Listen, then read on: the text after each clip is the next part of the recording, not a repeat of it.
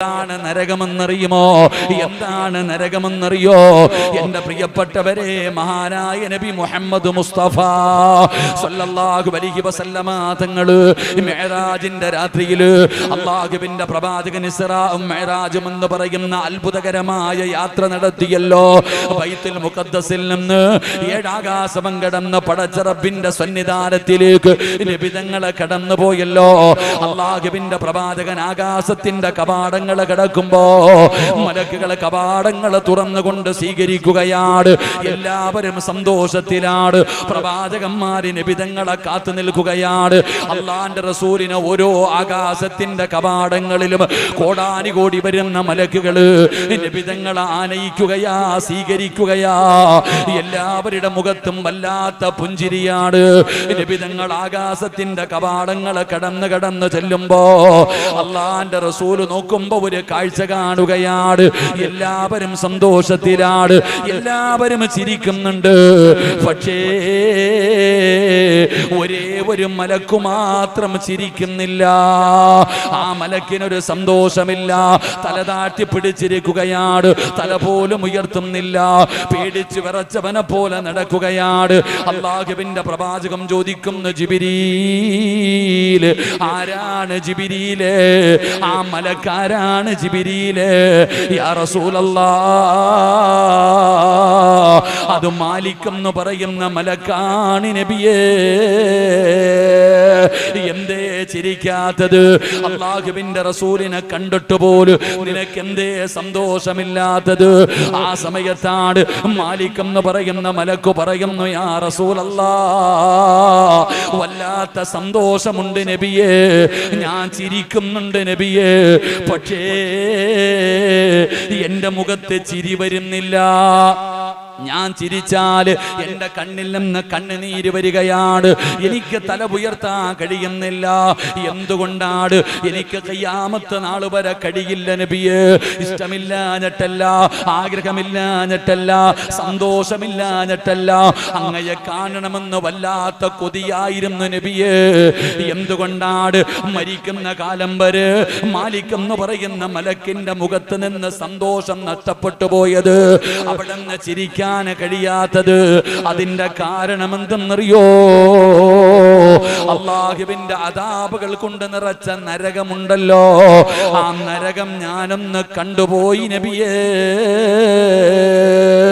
ആ നരകം കണ്ടതുകൊണ്ടാണ് ഇനി മരിക്കുന്ന കാലം വരെ എനിക്ക് ചിരി വരൂല, എനിക്ക് സന്തോഷം വരൂല.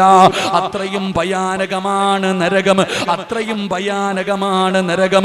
പടച്ചവനെ, അല്ലാഹുവിന്റെ അദാബുകൾ കൊണ്ട് നിറച്ച നരകമുണ്ടല്ലോ, 3000 കൊല്ലം കത്തിച്ച നരകമുണ്ടല്ലോ. പടച്ചവനെ, ഉസ്താദന്മാര് പരിശുദ്ധമായ ഖുർആനിന്റെ ആയത്തോതിയിട്ട് അല്ലാഹനെ പേടിച്ച് നടക്കടാ, ഔറത്ത് മറച്ചുകൊണ്ട് നടക്ക്, അഹങ്കാരികളെ പോലെ നടക്കരുത്. ദുനിയാവിലെ തീയുണ്ടല്ലോ, ആ നരകത്തിലെ തീയിലെ 70% പെണ്ണുങ്ങളോട് പറയുന്ന തലമറയ്ക്കണേ, അല്ലാഹനെ പേടിക്കണേ. നരകത്തിൽ കിടക്കുന്നത് അധികം പെണ്ണുങ്ങളാണ്. നിങ്ങൾ അല്ലാഹനെ ഭയന്ന് നടക്കണമെന്ന് പറയുമ്പോ ഇന്നത്തെ യുവതലമുറ ചോദിക്കുകയാണ്, ഉസ്താദേ, പ്രായമുള്ളവരോട് പറ. ഇന്ന് നരകത്തെ കുറിച്ചൊക്കെ പറയുമ്പോ നരകത്തിന്റെ ശിക്ഷകളെ കുറിച്ചും നരകത്തിന്റെ തീയെക്കുറിച്ചും ഉസ്താദന്മാര് പ്രസംഗിക്കുമ്പോ ചെറുപ്പക്കാര് പറയണത്, അത് പ്രായമുള്ളവരോട് പോയി പറ. ഞങ്ങളൊക്കെ വിദ്യാഭ്യാസം കൂടിയവരാ, ഞങ്ങളോടൊന്നും ഇത് പറഞ്ഞിട്ട് കാര്യമില്ല. കാരണം ഇന്ന് ചോദിക്കുന്നത് എവിടെയാ നരകം ഇരിക്കുന്നതെന്നാ. ഉസ്താദെ, നിങ്ങൾ പറയുന്നത് അല്ലാഹു നരകം സൃഷ്ടിച്ചിട്ടുണ്ടെന്നാ. നരകം ഇരിക്കുന്നത് ആകാശത്തിലാണോ, ഭൂമിയിലാണോ, കടലിനടിയിലാണോ? എവിടെ ഇരിക്കണേ? ഈ പെൺകുട്ടികളോട് പറയുന്നു, മക്കളെ, നിങ്ങളൊക്കെ അല്ലാഹനെ പേടിച്ച് നടക്ക്, തലമറയ്ക്ക്, ശരീരം മറയ്ക്ക്, അല്ലാഹനെ ഭയന്ന് ജീവിക്ക്. നരകത്തിൽ കൂടുതൽ പെണ്ണുങ്ങളാ. ഇപ്പൊ ചോദിക്ക, ഉസ്താദെ, എല്ലാരും സ്വർഗത്തിൽ പോയാ നരകത്തിലും പോകാൻ ആള് വേണ്ടേ? എല്ലാരും അങ്ങ് സ്വർഗത്തിൽ പോയി കഴിഞ്ഞാൽ പിന്നെ നരകത്തിൽ ആരാ പോവാ? നിങ്ങളൊക്കെ സ്വർഗത്തിൽ പോക്കോ, ഞങ്ങൾ എന്തായാലും ഇങ്ങോട്ട് തന്നെ പോവാ. നിങ്ങളൊക്കെ എത്ര വഴുതു പറഞ്ഞാലും നമ്മൾ മാറൂല. എന്റെ കുട്ടികളെ ചോദിക്കുന്നത് എവിടെയാണ് നരകമെന്നാ. എന്റെ പൊന്നാര സഹോദരിമാരെ, ഞങ്ങളൊക്കെ പറഞ്ഞിട്ട് നിങ്ങൾക്ക് വിശ്വാസം വരുന്നില്ലെങ്കിൽ നിന്റെ കണ്ണുകൊണ്ട് കണ്ടാ വിശ്വസിക്കോ? എല്ലാരും അവരുടെ കണ്ണുകൊണ്ട് കണ്ടാ വിശ്വസിക്കുമല്ലോ, പറഞ്ഞിട്ട് കേൾക്കണില്ലെങ്കിൽ കൊള്ളുമ്പോ പഠിക്കുമല്ലോ. അപ്പൊ നിങ്ങൾക്ക് നരകം എവിടെയാണ് ഇരിക്കുന്നത് എന്ന് അറിയണമെങ്കിൽ ആ നരകത്തെ നിങ്ങളുടെ കണ്ണിന്റെ മുമ്പിലേക്ക് അല്ലാഹു കൊണ്ടുവരുമല്ലോ. നിങ്ങളുടെ എല്ലാവരുടെയും കണ്ണിന്റെ മുമ്പിലേക്ക് അല്ലാഹു നരകത്തെ കൊണ്ടുവരുമല്ലോ. എപ്പോഴാണ് കൊണ്ടുവരുന്നത്? പടച്ചവനെ നാളെ അല്ലാഹുവിന്റെ കോടതിയിൽ നിൽക്കുകയാ.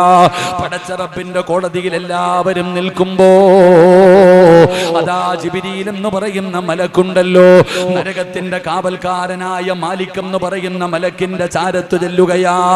മാലിക്കേ കൊണ്ടുവരാൻ പറയുകയാ. അല്ലാഹുവിന്റെ നരകത്തെ കൊണ്ടുവാ, എല്ലാവരും ഒന്ന് കാണട്ടെ. അല്ലാഹുവിന്റെ ഭയാനകമായ അദാബുകൾ കൊണ്ട് നിറച്ച നരകമുണ്ടല്ലോ, ആ നരകത്തെ കൊണ്ടുവരാ പറയുമ്പോ ആ മലക്ക് തന്നെ ചോദിക്കുന്നു, ജിബ്രീൽ എങ്ങനെയാ ജിബ്രീല് എങ്ങനെയാ കൊണ്ടുവരുന്നത്? ജനങ്ങൾക്ക് താങ്ങാൻ പറ്റില്ലല്ലോ. അല്ലാഹുവിന്റെ കൽപ്പനയാ, അല്ലാഹുവിന്റെ കൽപ്പനയാ. എന്റെ പ്രിയപ്പെട്ടവരെ, അവസാനം നരകത്തിന്റെ കാവൽക്കാരനായ മാലിക് എന്ന് പറയുന്ന മലക്കുണ്ടല്ലോ, തന്റെ അനുയായികളെ വിളിക്കുകയാണ്, മലക്കുകളെ വിളിക്കുകയാണ്. ചങ്ങലയെടുത്തുകൊണ്ടുവാ, ചങ്ങലയെടുത്തുകൊണ്ടുവാ, നരകത്തെ കൊണ്ടുവരാറ്. പടച്ചവനെ, നരകത്തിന്റെ കാവൽക്കാരായ മലക്കുകൾ പോയി 70,000 ചങ്ങലയെടുക്കുകയാ. 70,000 ചങ്ങല. പടച്ചവനെ, ചങ്ങലയുടെ വലുപ്പമല്ല, ചങ്ങലയിലെ കൊളുത്തുണ്ടല്ലോ, ആനയെ കെട്ടുന്ന ചങ്ങല കണ്ടിട്ടുണ്ടല്ലോ, കൊളുത്തുകൾ ചേർത്ത് ചേർത്ത് വെച്ചാണ് ചങ്ങല ഉണ്ടാക്കുന്നത്. ആ നരകത്തെ വലിച്ചു കൊണ്ടുവരുന്ന ഒരു ചങ്ങലയില് ഒരു കൊളുത്തിന്റെ വലുപ്പമുണ്ടല്ലോ. ഈ കാണുന്ന പ്രപഞ്ചമുണ്ടല്ലോ, ഈ കാണുന്ന ലോകമുണ്ടല്ലോ, ഈ ലോകത്തിനേക്കാളും വലുപ്പമുണ്ട് നരകത്തെ വലിച്ചു കൊണ്ടുവരുന്ന ചങ്ങലയിലെ ഒരു കൊളുത്തിന്. ഇതുപോലെയുള്ള കൊളുത്തുകൾ കൊണ്ടുണ്ടാക്കിയ 70,000 ചങ്ങലകൾ കൊണ്ടുവരികയാ. നരകത്തിൽ നിന്ന് നീ എന്നെ രക്ഷപ്പെടുത്ത്. ആ നരകത്തിൽ നിന്ന് രക്ഷപ്പെടാനുള്ള ഏറ്റവും എളുപ്പ വഴി കരയല. നമ്മുടെ കണ്ണിൽ നിന്ന് ഒരു തുള്ളി കണ്ണുനീർ അള്ളാഹുവിനെ ഭയന്നുകൊണ്ട്, അള്ളാഹിനെ പേടിച്ചുകൊണ്ട് ജീവിതത്തിൽ വന്നുപോയ പാപങ്ങളൊക്കെ നാളെ അള്ളാഹു പിടിച്ചു നിർത്തിയിട്ട് എണ്ണി എണ്ണി ചോദിക്കുമോ എന്നുള്ള ഒരു ഭയമുണ്ടല്ലോ. ആ ഭയന്നുകൊണ്ട് പടച്ച റബ്ബിന്റെ അദാബുകളെ കുറിച്ച് ഓർത്തുകൊണ്ട് കരഞ്ഞ അല്ലാഹു തരുന്ന ഒന്നാമത്തെ പ്രതിഫലം ലാ യലിജുന്നാർ ബകാമിന ഖസിയത്തില്ലാഹ്. ഒരിക്കലും നരകത്തിന്റെ തീ നിന്നെ തൊടില്ല, ഒരു കാലത്തും അല്ലാഹു നിന്നെ നരകത്തിലിടൂല. എന്നിട്ട് നബി തങ്ങൾ ഒരു ഉദാഹരണം പറയുകയാണ്, ഉദാഹരണ സഹിതമാണ് പറയുന്നത്. ഏതുപോലെ എന്നറിയുമോ? ഹത്താ യറുദ്ദുൽ ലബന ഇലൽ റഈ. ഒട്ടകത്തിന്റെ അകടിൽ നിന്ന് പാല് കറക്കുകയാണ്, പാത്രത്തിലേക്ക് പാല് കറന്നൊഴിച്ചു. ആ പാത്രത്തിൽ വീണ പാലുണ്ടല്ലോ, അത് അകടിലേക്ക് തിരിച്ചു പോകാത്ത കാലത്തോളം അല്ലാഹുവിനെ ഭയന്ന് കരഞ്ഞവനെ നിന്നെ നരകത്തിന്റെ തീ തൊടില്ല എന്ന് ആദരവായ പ്രവാചകൻ നബി മുഹമ്മദ് മുസ്തഫ സ്വല്ലല്ലാഹു അലൈഹി വസല്ലമ തങ്ങൾ പറയുമ്പോ വിശദീകരിക്കുന്നില്ല. രണ്ടാമത്തെ പ്രതിഫലമെന്ത്? രണ്ടാമത്തെ പ്രതിഫലമെന്ത്? അല്ലാഹുവിന്റെ റസൂൽ പറയുകയാണ്, സബഅത്തുൻ യുളില്ലുഹുമുല്ലാഹു ഫീ ളില്ലി വറജുലുൻ ദക്കറല്ലാഹു ഖലിയാ വഫാലത ഐനാ. രണ്ടാമത്തെ പ്രതിഫലം എന്തെന്നറിയോ? രണ്ടാമത്തെ പ്രതിഫലം എന്താണ്? പടച്ച റബ്ബേ, ഇസ്രാഫീൽ എന്ന് പറയുന്ന മലക്കുണ്ടല്ലോ, സൂർ എന്ന് പറയുന്ന കാഹളത്തിൽ രണ്ടാമത് മൂതുകയാണ്. ഖബറിനകത്ത് കിടക്കുന്നവർ, ഭൂമിയുടെ അടിയിൽ കിടക്കുന്നവർ എല്ലാവരും എഴുന്നേൽക്കുകയാണ്. മുക്കുന്നം പള്ളിയുടെ ഖബർസ്ഥാനിൽ നിന്ന് എഴുന്നേറ്റ് വരികയാണ്. പട്ടിയുടെ കോലത്തില്, പന്നിയുടെ കോലത്തില്, കഴുതയുടെ രൂപത്തില്, പേപ്പട്ടിയെ പോലെ വരുന്നവർ, നടന്നു വരുന്നവർ, ഇഴഞ്ഞു വരുന്നവർ, മുഖത്തു മാംസമില്ലാത്തവർ, വരുന്നവർ, കുഷ്ഠരോഗികളെ പോലെ വരുന്നവർ, മലദ്വാരത്ത് കൊടികുത്തി വെച്ച് വരുന്നവർ, ആണുങ്ങളും പെണ്ണുങ്ങളുമെല്ലാം മുടിതുണിയില്ലാതെ നഗ്നരായിട്ട് പേടിച്ചു വിറച്ചുകൊണ്ട് കബറിനകത്ത് നിന്ന് എഴുന്നേറ്റ് വരികയാണ്. റബ്ബേ, ഇന്ന് ഈ ഫാനിന്റെ ചുവട്ടില് നമ്മളിവിടെ ഇരിക്കുമ്പോ വയല് കേൾക്കാൻ നടന്നു വരുമ്പോ ഈ 4 മണി സമയത്ത് ചൂട് സഹിക്കാൻ പറ്റുന്നില്ലല്ലോ. വല്ലാത്ത ചൂട്, ഫർദയുടെ ഉള്ളിലൂടെ വിയർപ്പ് തുള്ളികൾ ഒഴുകുകയാണ്. വല്ലാത്ത പ്രയാസമാണല്ലോ ഉസ്താദേ, വല്ലാത്ത ചൂടാ, വല്ലാത്ത ചൂടാ എന്ന് പറയുന്ന മുസ്ലിമേ, ഈ 4 മണി സമയത്ത് ആ റോഡിലൊന്ന് ഇറങ്ങി നിന്നാ നീ തളർന്ന് താഴെ വീഴുകയാ. സൂര്യൻ നിൽക്കുന്നത് 15 ലക്ഷം കിലോമീറ്റർ മുകളിലാണ്. അതിന്റെ ചൂട് താങ്ങാൻ പറ്റുന്നില്ല, വിയർപ്പ് നിനക്ക് ബുദ്ധിമുട്ടാണ്. എങ്കിൽ ചൂട് ഇവിടെയൊന്നുമല്ല. ചൂടൊക്കെ എവിടെയാണെന്നറിയോ? ചൂടുള്ള നാളുണ്ട്, കിയാമന്നാളാ. ചുരുക്കി പറഞ്ഞാൽ എന്തു ഹാലാ ചൂള. വൻദോഷ വണ്ടിയോ മായി വരുന്നേ കാള. ക്ഷീണത്തിനാലൊലിക്കുന്നതാണേ ഈള. സുഹൃത്തുക്കളെ തിളയ്ക്കുന്നതാണേ മൂള. അമലൊന്നുമില്ല തങ്ങു ചെന്നാ കോള. എന്റെ പ്രിയപ്പെട്ടവരെ, ചുമന്ന ഇഷ്ടിക കണ്ടിട്ടുണ്ടല്ലോ? അത് എങ്ങനെയാണ് ചുമന്ന നിറമായത്? അത് അടുക്കി വെക്കുന്ന ചൂള കണ്ടിട്ടുണ്ടോ? ആ ചൂളയുടെ അടുത്തു പോകാൻ എന്ത് പ്രയാസമാ. ആ ചൂളയൊന്നും ഒന്നുമല്ല വാപ്പാ. ചെറുപ്പക്കാരാ, കടക്കലിൽ നിന്ന് കാളവണ്ടി ചുമട് വലിച്ചു കൊണ്ടുപോകുന്നത് കണ്ടിട്ടുണ്ടല്ലോ? ആ കാളയുടെ വായിൽ നിന്ന് പതയും നൊരയും ഇങ്ങനെ ഒഴുകുകയാണ്. കണ്ടിട്ടുണ്ടല്ലോ മോനെ?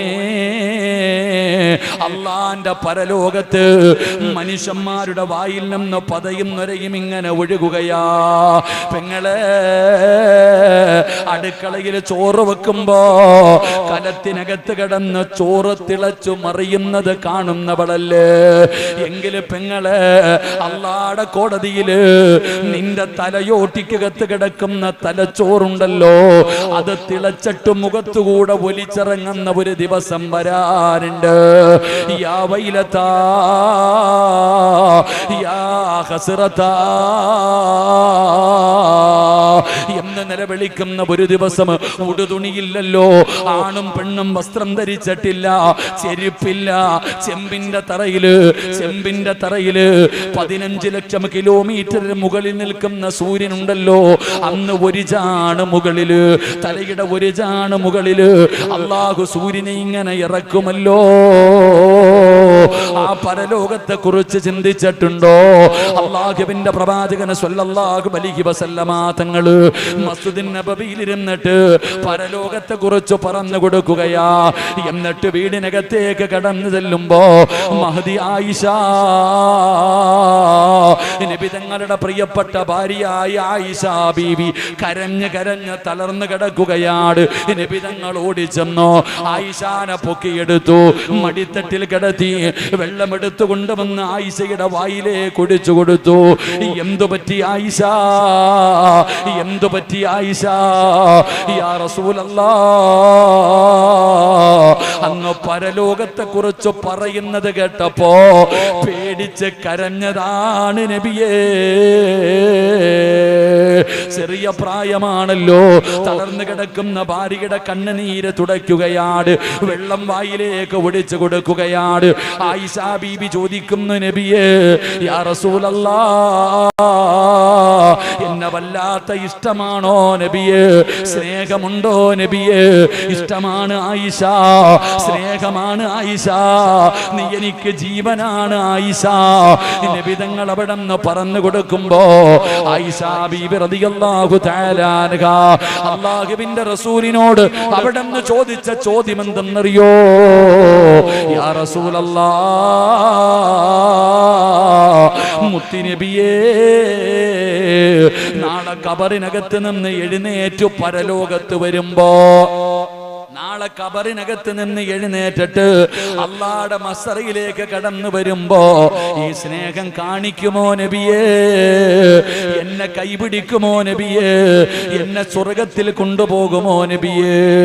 അതുവരെ ചിരിച്ചുകൊണ്ടിരുന്ന നബിതങ്ങളെ കരയുകയാണ്. അതുവരെ സമാധാനിപ്പിച്ചു കൊണ്ടിരുന്ന അല്ലാഹുവിന്റെ റസൂലിന്റെ കണ്ടടങ്ങളെ നിറഞ്ഞു ഒഴുകുകയാ. എന്തേ നബിയേ? എന്തു പറ്റി നബിയേ? ആയിഷ വല്ലാത്ത ചോദ്യമായി പോയി ആയിഷ, ഒരു വല്ലാത്ത ചോദ്യമായി പോയി ആയിഷ. പെങ്ങളെ, പ്രസവത്തിന് മരണവേദനയാണെന്ന് പറയുന്നവരല്ലേ നിങ്ങൾ ആ വേദന അനുഭവിച്ചവരാണല്ലോ. അത് വല്ലാത്ത വേദനയാണല്ലോ. എങ്കിലെന്റെ പെങ്ങളോട് പറയട്ടെ, അല്ലാഹുവിന്റെ കോടതിയിലെങ്ങാണ് ഒരു ഗർഭിണിയായ പെണ്ണുണ്ടെങ്കിൽ, ഒരു ഗർഭിണിയായ പെണ്ണുണ്ടെങ്കിൽ അവള് പ്രസവിക്കുന്ന വേദന അറിയില്ല ഉമ്മ. അറിയാതെ പ്രസവിച്ചു പോകും, അറിയാതെ പ്രസവിച്ചു പോകും. അങ്ങനെ ഒരു ദിവസം വരാനുണ്ട്. നബിതങ്ങൾ പറഞ്ഞു, ആയിഷ സലാസത്തുന്, അല്ലാഹുവിന്റെ റസൂല് പറയുകയാണ്, 3 സ്ഥലമുണ്ട് ആയിഷ, 3 സ്ഥലമുണ്ട് ആയിഷ. ആ 3 സ്ഥലങ്ങളിൽ ജനങ്ങൾ എത്തിക്കഴിഞ്ഞ വാപ്പ തിരിഞ്ഞു നോക്കൂല, ഉമ്മ തിരിഞ്ഞു നോക്കൂല, മക്കള് തിരിഞ്ഞു നോക്കൂല, കൂടപ്പറപ്പ് തിരിഞ്ഞു നോക്കൂല. യൗമ യഫിറുൽ മർഉ മിൻ അഖീഹി വ ഉമ്മിഹി വ അബീഹി വ സ്വഹിബതിഹി വ ബനീഹി. ഒരാളും തിരിഞ്ഞു നോക്കില്ല. ആ പരലോകമുണ്ടല്ലോ, അല്ലാഹുവിന്റെ കോടതിയില് ചെമ്പിന്റെ തറയില് ഉടുതുണിയില്ലാതെ ഞാനും നിങ്ങളും നിൽക്കുമ്പോ ഒരേ ഒരു തണലേ ഉള്ളൂ, ഒരേ ഒരു തണലേ ഉള്ളൂ. എവിടെയാണ് തണലെന്നറിയോ? ഈ ലോകം മുഴുവനും അടക്കി ഭരിക്കുന്ന രാജാതിരാജനായ മലിക്കുൽ ജബ്ബാറായ ലോകത്തിന്റെ അധിപനായ പടച്ച റബ്ബിന്റെ സിംഹാസനത്തിന്റെ താഴെയാ. അല്ലാഹുവിന്റെ അർശിന്റെ താഴെ, അല്ലാഹുവിന്റെ അർശിന്റെ താഴെ. അവിടെ മാത്രമേ തണലുള്ളൂ, അവിടെ മാത്രമേ തണലുള്ളൂ. ആ തണലുള്ള ആ ദിവസമുണ്ടല്ലോ, അല്ലാഹുവേ, അല്ലാഹു വിവിഐപികളെ വിളിക്കുകയാണ്. 7 വിവിഐപികള്, 7 വിവിഐപികള്. നിങ്ങൾ വെയിൽ കൊള്ളേണ്ടവരല്ല, നിങ്ങൾ പ്രയാസം അനുഭവിക്കേണ്ടവരല്ല. 7 വിഭാഗം ആൾക്കാർ അല്ലാഹു വിളിക്കുകയാ. എന്നിട്ട് ഇരിപ്പിടം കൊടുക്കുകയാണ്, സിംഹാസനത്തിന്റെ താഴെ ഇരിപ്പിടം കൊടുക്കുകയാണ്. ആ 7 വിഭാഗത്തിൽ ഒരു വിഭാഗം ആരെന്നറിയോ? സബഅത്തുൻ യുളില്ലുഹുമുല്ലാഹു ഫീ ദില്ലി വറജുലുൻ ദക്കറല്ലാഹു ഖാലിയാ വഫാലത് ഐനാ. നോമ്പ് പിടിച്ചുകൊണ്ട് നോമ്പ് മുറിക്കുന്നതിന് തൊട്ട് മുമ്പ് ഈ സദസ്സിലിരുന്നു കൊണ്ട് അള്ളാന്റെ ശിക്ഷകളെ കുറിച്ച് ഓർത്തിട്ട് ഇന്ന് ഈ സദസ്സിലിരുന്നു കൊണ്ട് ഒരു തുള്ളി കണ്ണുനീര് നിന്റെയൊക്കെ കണ്ണിൽ നിന്നൊലിപ്പിച്ച ഒന്ന് കരയാൻ പറ്റുമോ? ഒന്ന് കരയാൻ പറ്റുമോ? ഒരു തുള്ളി കണ്ണുനീര് കണ്ണിൽ നിന്നൊലിപ്പിച്ച അല്ലാഹു നാളെ പരലോകത്ത് പടച്ചവനെ എവിടെ വെച്ചാണ് അല്ലാഹു നിന്നെ തിരഞ്ഞെടുക്കുന്നതെന്നറിയോ?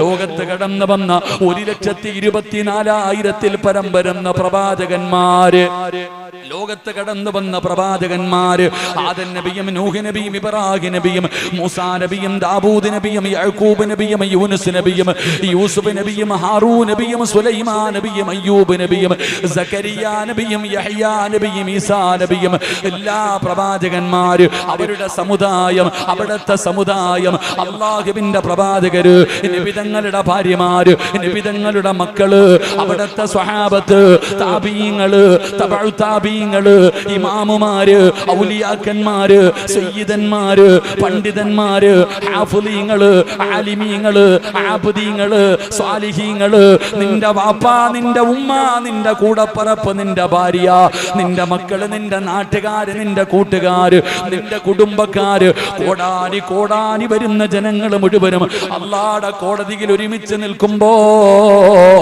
ഈ കൈപൊക്കി അല്ല നിന്നെ വിളിക്കുകയാണ്. വാടാ സിറാജ്, വാടാ സിറാജ്. വെയിൽ കൊള്ളണ്ടവനല്ല, പ്രയാസപ്പെടേണ്ടവനല്ല, നീ എന്നെ ഓർത്ത് കരഞ്ഞവനാ, എന്നെ പേടിച്ച് കരഞ്ഞവനാ. അതുകൊണ്ട് വറജുലുൻ ദക്കറല്ലാഹു ഖലിയാ വഫാലത്ത് ഐനാ. അല്ലാഹുവിന്റെ അർശിന്റെ താഴെ അല്ലാഹു നിനക്കൊരു സ്ഥാനം തരുമെന്ന് ആദരവായ പ്രവാചകൻ നബി മുഹമ്മദ് മുസ്തഫ സല്ലല്ലാഹു അലൈഹി വസല്ലം. ഇത്രയും പേര് ഇവിടെ ഇരിക്കണം. ഈ സ്റ്റേജിനകത്ത് കയറിയിരിക്കാൻ ആരെ കൊണ്ടും പറ്റും? നിങ്ങളിൽ ആർക്ക് വേണമെങ്കിൽ ഇവിടെ കയറിയിരിക്കാം, ഒന്നും വേണ്ട. പക്ഷെ ഇതിലൊന്നും കാര്യമില്ല.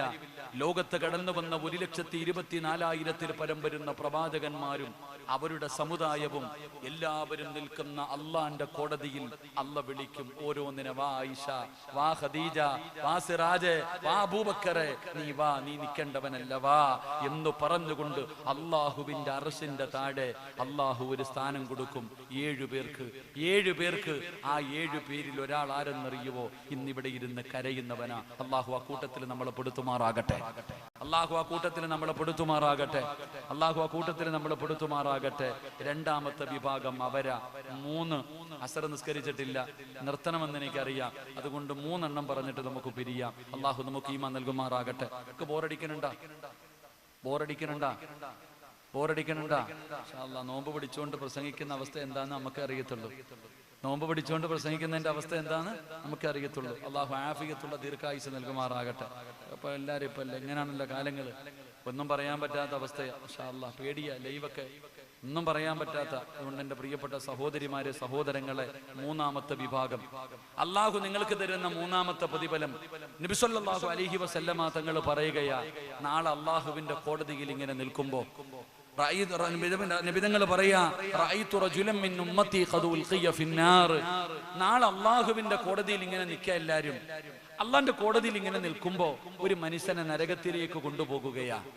ഒരാളെ ഇങ്ങനെ നരകത്തിലേക്ക് മലക്കുകൾ കൊണ്ടുപോകുന്നുണ്ട്.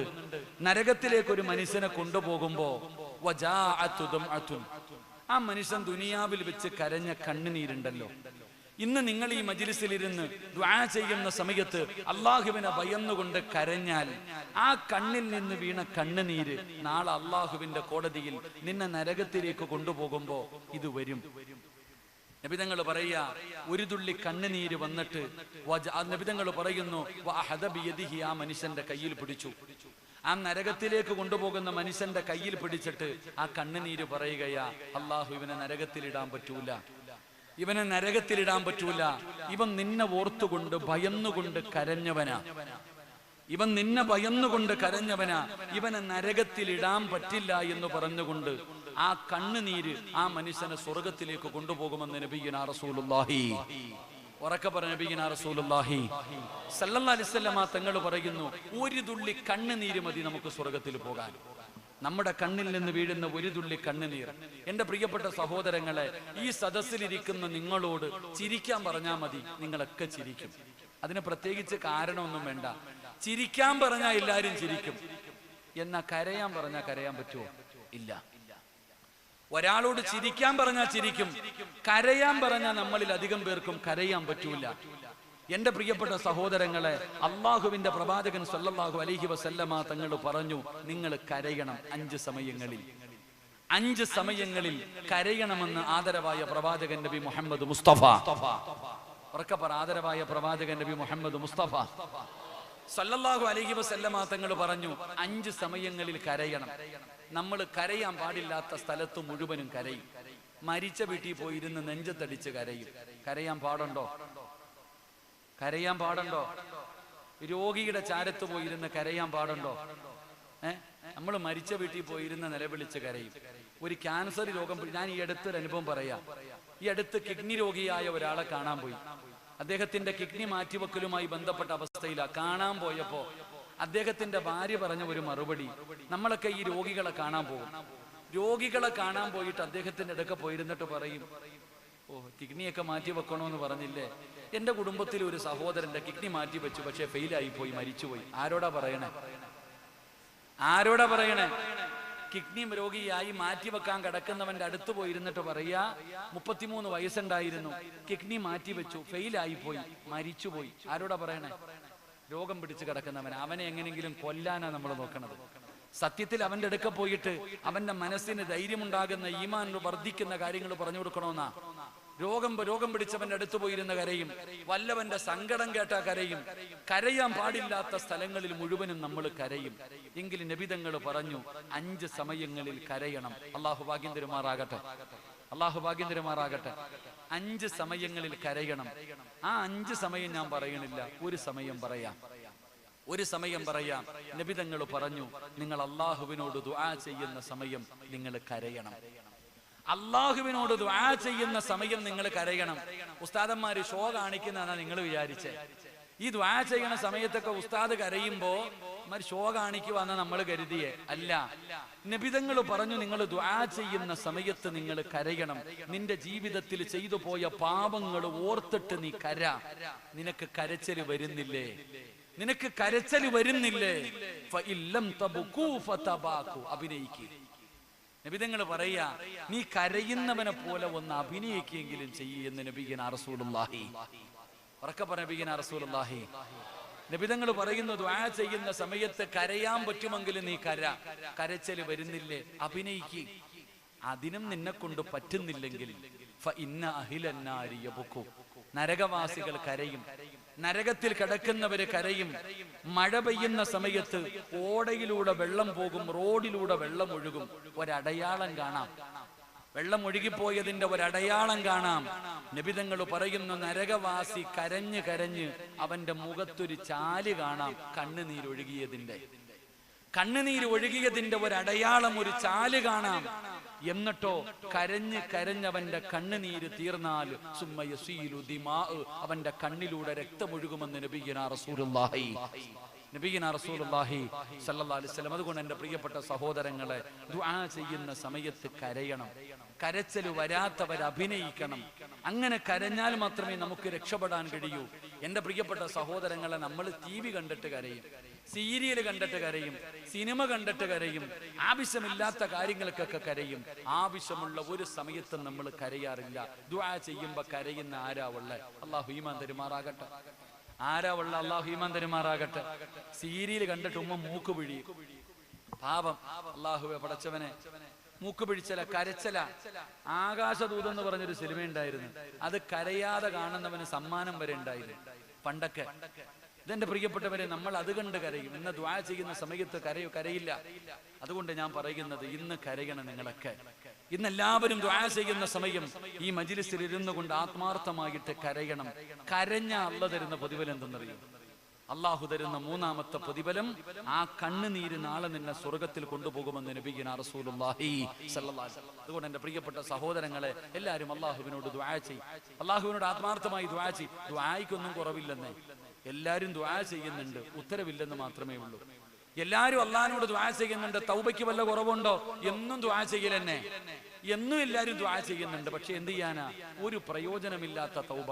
കാക്കയുടെ തൗബ പോലെ നമ്മൾ ചെയ്യണത്. കാക്കയുടെ തൗബ പോലെ ആകരുത്. ഇവിടെ ദുആ ചെയ്യുമ്പോൾ ആ ദുആയ്ക്ക് ഒരു ഇഖ്ലാസ് ഉണ്ടാകണം. ആമീൻ പറയുന്നവന് ഒരു ഇഖ്ലാസ് ഉണ്ടാകണം. നിങ്ങൾ ആലോചിക്കേ, ഇന്നങ്ങനെ മനുഷ്യന്മാരോട് എത്ര പറഞ്ഞു കൊടുത്തിട്ടും കാര്യമില്ല. പള്ളിയിലെ ഖത്തീബ് ഉസ്താദ് നിസ്കാരം കഴിഞ്ഞിട്ട് ദുആ ചെയ്യും. ആമീൻ പറയാൻ ആരാ ഉള്ളെ? സദ്യ ഉണ്ണാനിരിക്കുന്നത് പോലെ ചമ്മണം കൂട്ടിയിട്ടിരിക്കുക, ഇലയിട്ട് വിളമ്പിയാൽ മതി. കൈപോലും ഒന്ന് ഉയർത്തിപ്പിടിക്കാൻ നമ്മളിൽ പലർക്കും മടിയാ. സത്യം പറഞ്ഞ പള്ളിയിലെ ഉസ്താദ് തന്നെ ചിന്തിക്കും, ആർക്കു വേണ്ടിയാ അല്ലാഹ് ഞാൻ ഈ ദുആ ചെയ്യണേ? കാരണം എന്തേ? ആരും മിണ്ടുന്നില്ല. ഇനി ആമീൻ പറഞ്ഞാലോ? ഉസ്താദ് ഒരിക്കൽ പള്ളി ദുആ ചെയ്യുന്നുണ്ട്. ദുആ ചെയ്യുന്ന സമയത്ത് ആരോ ഉറക്ക ആമീൻ പറയുന്നു. ആമീൻ ആമീൻ ആമീൻ. ഉസ്താദ് പറയണ, അല്ലാഹ് നരകത്തീന്ന് കാക്കണേ അല്ലാഹ്, ആമീൻ. നല്ല മരണം തരണേ അല്ലാഹ്, ആമീൻ. ഉസ്താദ് എന്നെ ആലോചിക്കുക, ആരാ അല്ലാഹ് ഈ ആമീൻ പറയണേ? ആദ്യമായിട്ട് പള്ളിക്കകത്ത് ഇത്രയും ശബ്ദത്തിൽ ഒരു ആമീൻ കേൾക്കണത്. ഉസ്താദ് ഇങ്ങനെ ഒന്ന് നോക്കുമ്പോ 1ാമത്തെ സഫിൽ ഇരുന്നിട്ടൊരു സഹോദരൻ 2 കൈയും ഉയർത്തിപ്പിടിച്ചിട്ട് ആമീൻ പറയുന്നുണ്ട്. ഉസ്താദിന് വലിയ സന്തോഷമായി. ഉസ്താദ് ആ ചങ്ങാതിയെ നല്ലതുപോലെ ഒന്ന് നോക്കി. ഈ ആമീൻ പറയുന്ന ചങ്ങാതിയെ നല്ലതുപോലെ നോക്കിയപ്പോ അവന്റെ പോക്കറ്റിന്റെ അകത്തിരിക്കുന്നുണ്ട് ലോട്ടറി. നാളെയാണ്. കാരുണ്യയുടെ ലോട്ടറി പോക്കറ്റിൽ വെച്ചിട്ടാ ഇവ ആമീൻ പറയുന്നത്. എന്താ ആമീൻ? അള്ളാഹു ഈമാൻ തരുമാറാകട്ടെ.